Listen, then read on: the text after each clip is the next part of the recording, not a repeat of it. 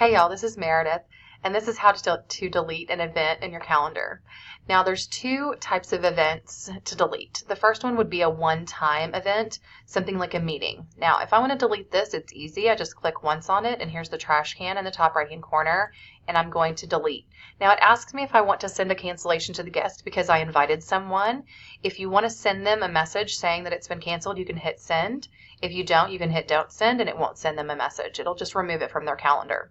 Now, the second type of event would be a repeating or recurring event, something like this tutorials that happens every Monday. Now, this is President's Day. We don't have work on that day, so I don't need that to be on my calendar. So if I want to delete this one, I'm going to need to click on it and hit delete, but it's going to ask me, do I want to delete just this event?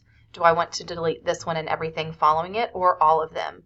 In this case, I only need to delete this one event, so I'm going to keep it at this event, hit OK, and it's only going to remove this one.